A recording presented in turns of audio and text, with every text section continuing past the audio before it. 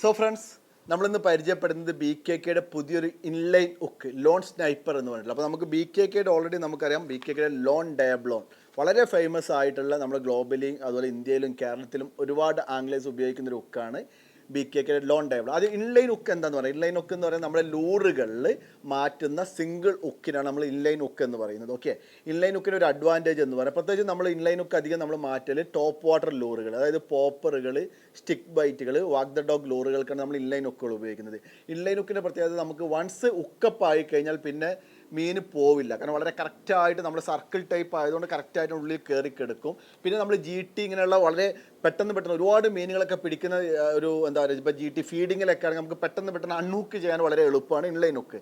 അപ്പോൾ നമുക്ക് ലോൺ ഡയബ്ലോൺ ആണെങ്കിൽ വളരെ ഫേമസ് ആയിട്ടുള്ള സാൾട്ട് വാട്ടർ ഹുക്കാണ് ലോൺ ഡയബ്ലോൺ. നമുക്ക് സൈസ് 1 മുതൽ നമുക്ക് ഏകദേശം 9/0 വരെ നമുക്ക് അവൈലബിൾ ആണ്. ഇനി നമുക്ക് ലോൺ സ്നൈപ്പർ എന്ന് പറഞ്ഞ ഹുക്കിൻ്റെ റേറ്റ് വരുന്നത് 340 രൂപ നമുക്ക് ലോൺ സ്നൈപ്പർ ഹുക്കിന് വരുന്നുള്ളൂ.